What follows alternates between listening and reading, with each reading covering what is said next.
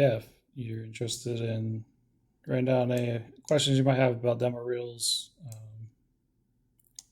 before we get started, I can see if I can make sure that I cover those as I go through. Yeah, I'm going to go ahead and get started now. Can y'all hear me still? I don't know what I did. I can't see my audio. There we go. I can see my audio. You can hear and see now. It's perfect. All right. Well, I'm going to just get started. I think that most of you tonight have some idea of who I am, but since the intention is that this will be able to reach future audiences through maybe YouTube or something like that, we'll go ahead and just give a brief introduction of who I am, what I'm hoping to accomplish with these two classes. But I'll mainly just do this class for now. So first class is going to be weekly, hopefully Friday nights, same time. Life's Pursuits.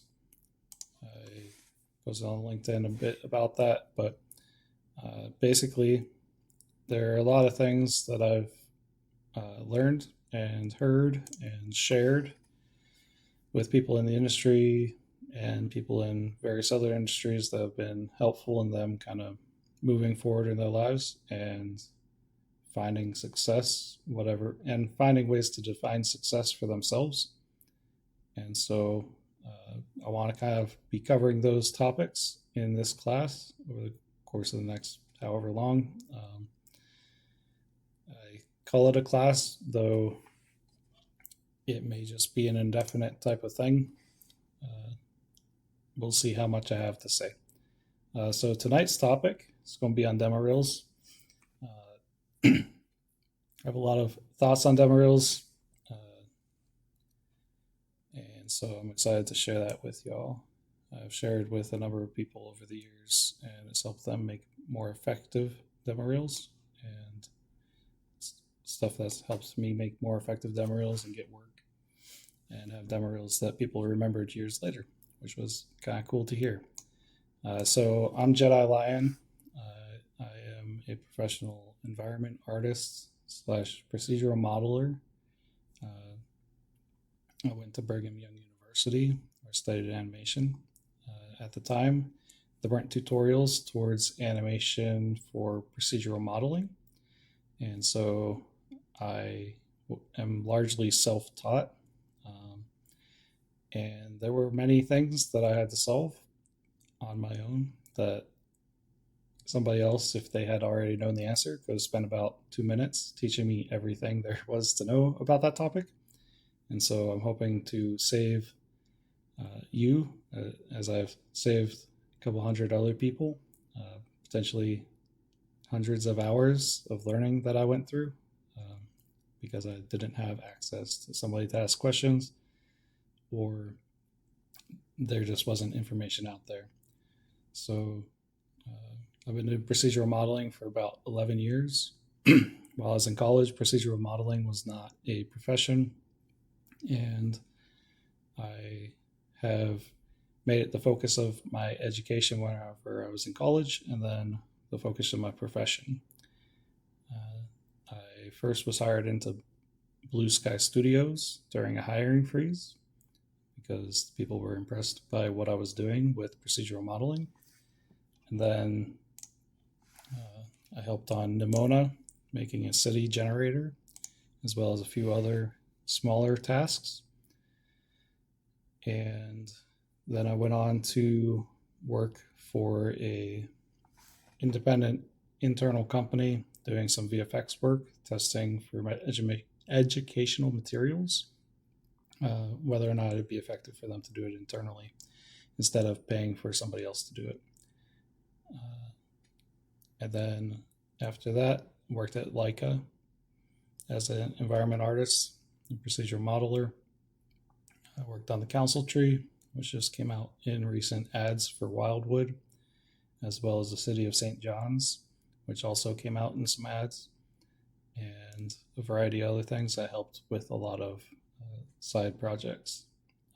I have been in the industry for 7 years, and I've been teaching procedural modeling for about 10 years, and been teaching generally for about 20 years. I love teaching. Before animation, I studied educational psychology. Took about 7 psych classes before switching into animation. So I have a large penchant for teaching, and hopefully throughout this course that will come through and be helpful to you. My method is going to be a bit different than any tutorial I've come across or any class that I've been in, but it'll be carrying on from things I've learned being in classes and things I did not like about tutorials that I had to go through. So hopefully this will be a bit more useful to you. Again, this particular course will not be on procedural modeling. That will be a little later. So going to demo reels. When I was in college, demo reels weren't really talked about a lot until later in our time, in maybe our junior year. They started having us focus more on demo reels. But what I found is that with any goal in life, it's always more efficient and effective if you have something in mind that you're trying to target. A goal. It helps you to streamline what your activities are. It helps you to know what success looks like for you, and it helps you to achieve a success.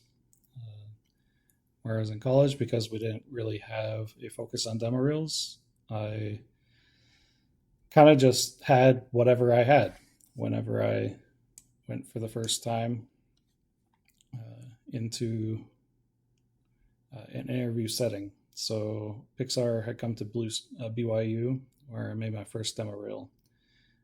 They were coming to do interviews. You had to put in an application, and they would choose a handful of people that they'd be willing to interview.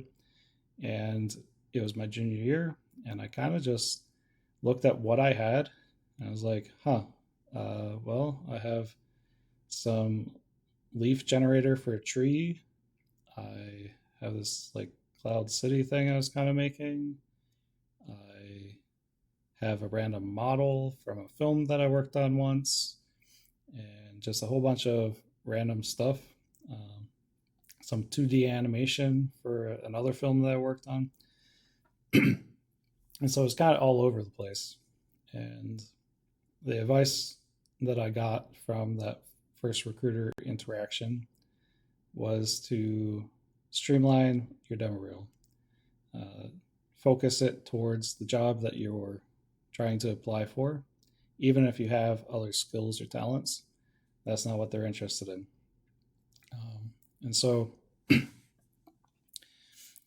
tonight, what I'd like to go over is kind of how to decide what your demo reel should look like, assuming that is a demo reel. This is also applicable for things like resumes and anything that is marketing material. It's useful to look at your demo reel if you're in the animation program or animation field as a piece of marketing materials. And so, like with any marketing campaign, it's useful to look at what is out there, what's selling. You've probably heard about the algorithm. What is the algorithm that is getting sales for Pepsi? Coca-Cola is looking at that. Coca-Cola is looking to expand on that. And then Pepsi is looking to expand on whatever Coca-Cola is doing or react to it. And so the advice I've given to every person I've mentored so far and taught is depending on what your field is, it may not be a demo reel, but since I'm going to focus mainly on animation, it will be demo reels I speak of. Though 2D would be portfolios, and other fields might be their GitHub, and even in animation, if you're more in the tech sector, it might be your GitHub repositories. But The advice I would like to give is to spend time before the next meeting finding 3 artists who work at a studio or a company that you would want to work for doing what they are doing. So for me, procedural modeler, I would be looking online, maybe at credits. Let's see if I can share, and kind of just what I would do for me. Now, procedural modeling is a little more niche, so I might just do environment artist for this demo. But let's go ahead and open up a browser and take a look. All right, so I just go to Google and again, whatever area you're thinking you want to go into, you just type it in. But I'd maybe go start it with IMDb. I like movies. I wanted to go into movies, so I go IMDb. And if we go here, let's go to a movie that I really like called Nimona. Oh, such a good movie. And I really liked the city that was in that movie. And so if you look down here, there's all cast and crew. You can click on that. You can do a brief search. You can also just at the end of a film look through this type of thing and be like, all right, we got compositors, production management, art department. We got like story artists, art director of environments. So this is the art director, lead environment designer. Designer is not a modeler. Want to be an environment artist in the 3D sense, not a designer or concept artist. So I keep looking. Just heard a beep. Assuming that this is still working. Boom, boom, boom. All right. It's weird. I'm getting some beep in my ear. Keep looking. Environment generalist TD. Let's get closer. All right, visual effects. So maybe I'll just do a search for environment. Environment artist. Boom. There's Isaac Holes. All right. That's one person that I might look at. Designer, designer, designer, designer, designer. Generalist 2D. It's 21 of these. Olivier Dubard was an environment artist. Justin Gladys was a lead environment artist. Maybe someday in my life I want to do that. Brian R. Handler. John Koltai. He's an art artist, 2D artist. We got the modeling supervisor, environment modeler, Kiki Bella. So he just keep going through. You might find some people in there. Then what I do is take this and I got Isaac Holes. So I'm just going to use in this tab, look up Isaac Holes. Hey, this guy might be the guy, maybe, don't know.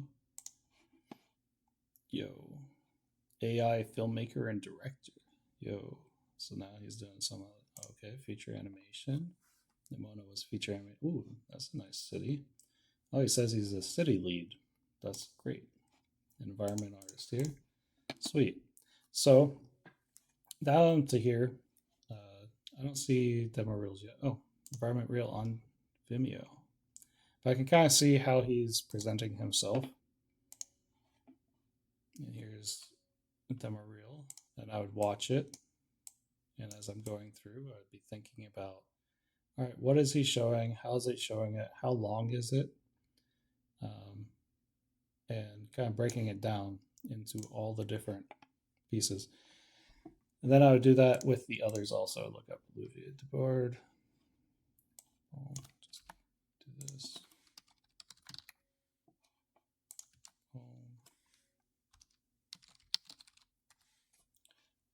him. Okay, he has an Instagram. Let's see if I just type in Demoreel. Concepting and illustrating visual development for environments with Olivier. Get an ad in my ear. Oh, this is from the Nomen workshop, so this is probably not his Demoreel. It kind of showcases a little. It's kind of a Demoreel. It's looking like it's trying to sell a course. So it's a sort of Demoreel. Because again, it's marketing. Marketing is marketing. However, probably going to be slightly different because it has no workshop on it. Anyway, so then I go and spend more time trying to find, does he have any actual like Demoreel somewhere? Whoa, that's so cool. He's great. All right. So I'm going to stop with that for now, but that is kind of what I do. So you can do that with whatever your area of interest is. So if you're interested in doing environment art, if you're interested in doing a video game, you can do the same thing, except IMDb probably won't be the place. Instead, you just like do a Google search for like lists of environment artists from Last of Us. And you can start going through this maybe and seeing if any of these lead to people that you're interested in. So once you have that though, you would do a research report essentially, is what my invitation to you is.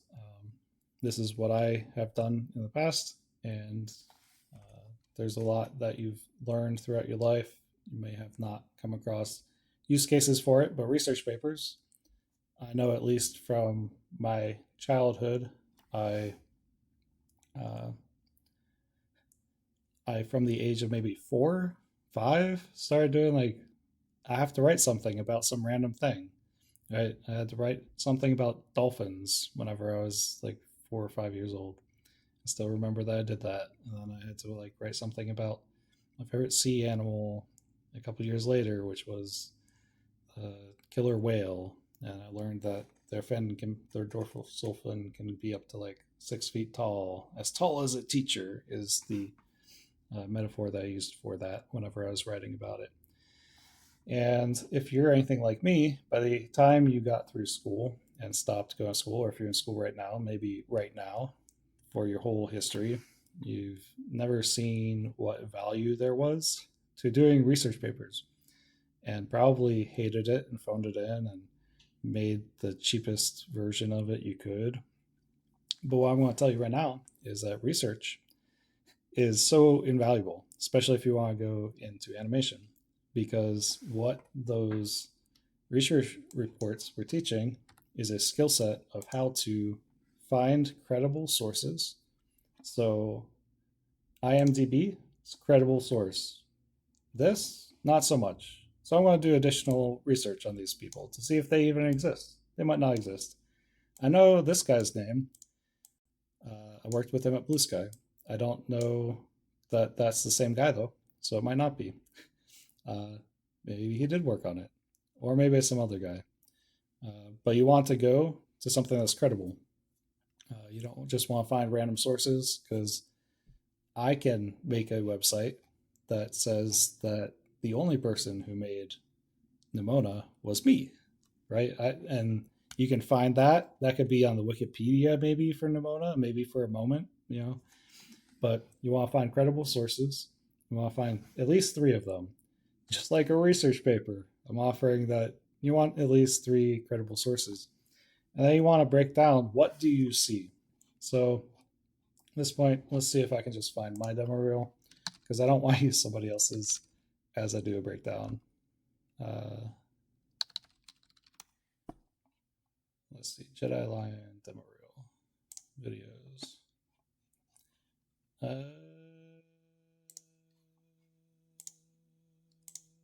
There's an art station. Cool. So I worked on Nimona on a city also.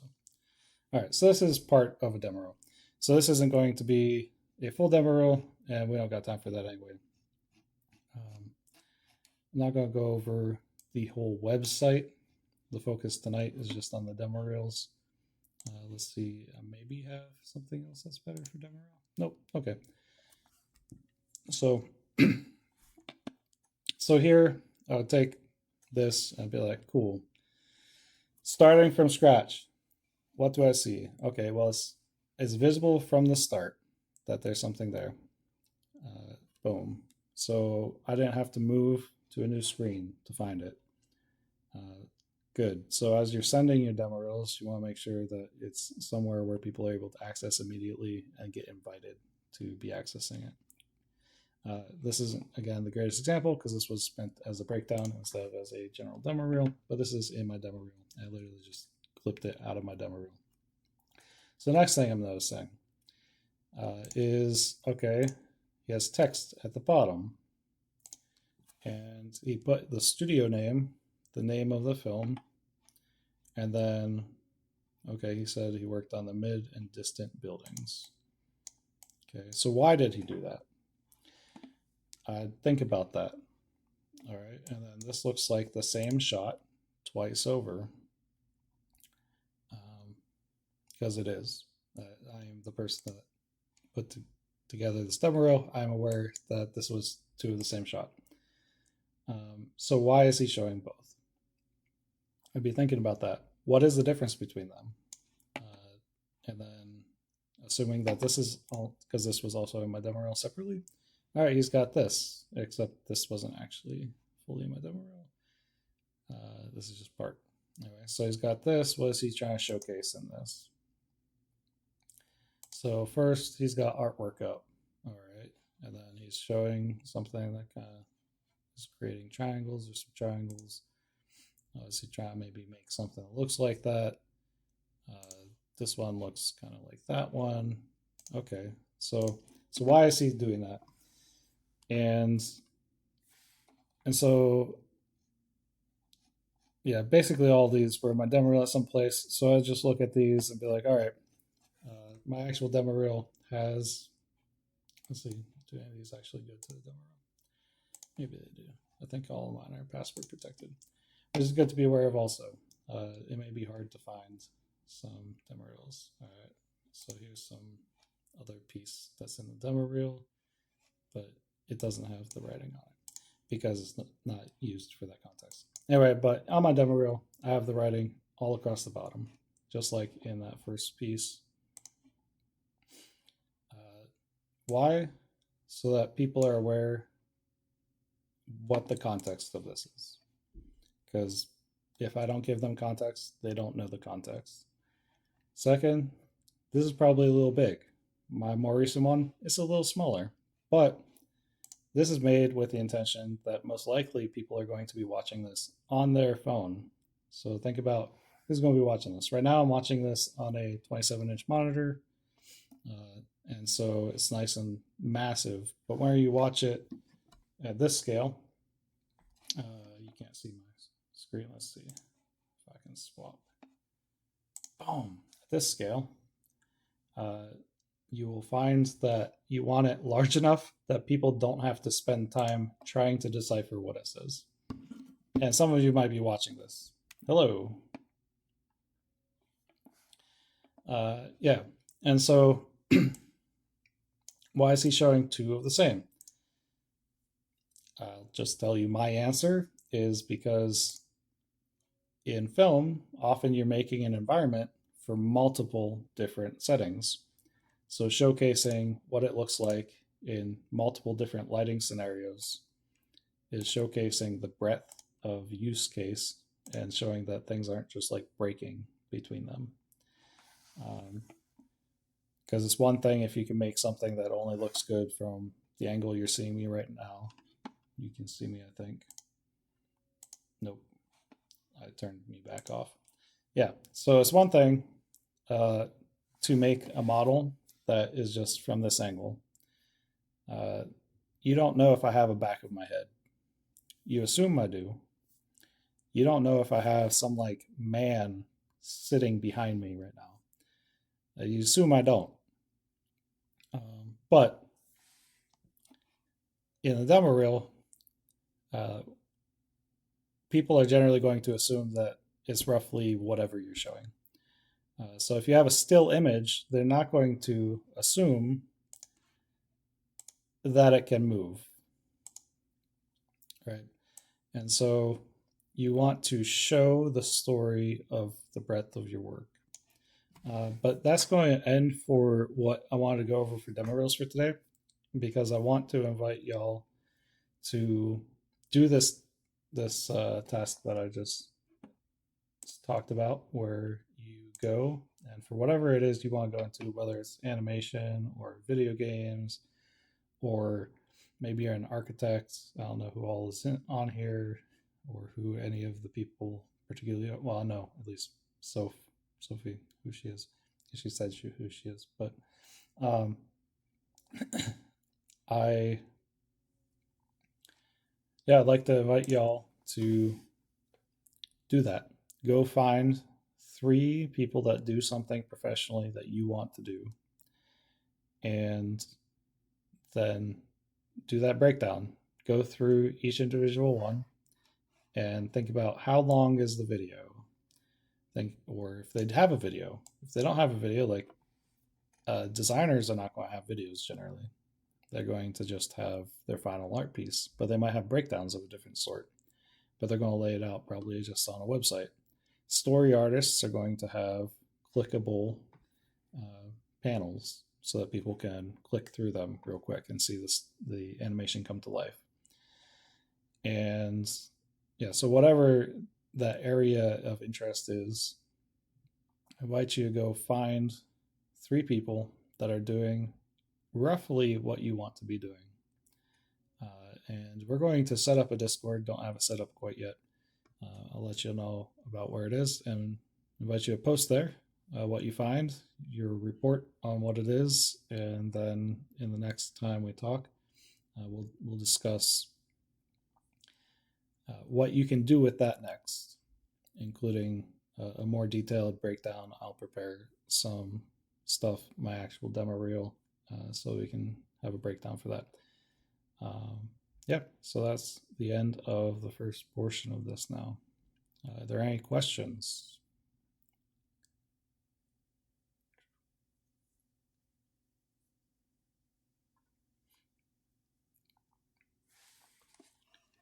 Don't really know how this works. I don't see any chat anymore, so that's cool.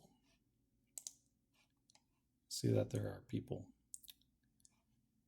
But where will the Discord link be posted? Good question. I don't know if LinkedIn has an option, or not LinkedIn, if Twitch has an option for me to just send people that are following a message. But if you email me, okay, my moderator says it does. So if you're following, I'm going to post the Discord link. Also, I think Twitch has some like attached information, like different social media and stuff. So it might be able to be attached somewhere on there. But also, you can email Haetae.animation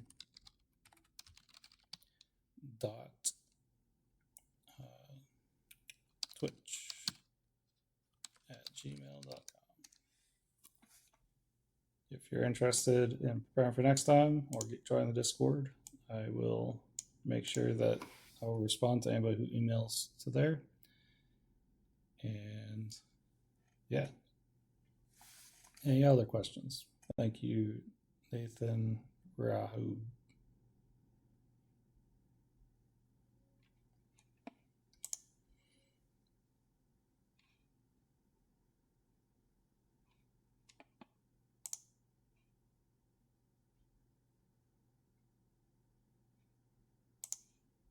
Oh, I was talking about Nathan said, awesome presentation. But yes, thank you for that question, Sophie.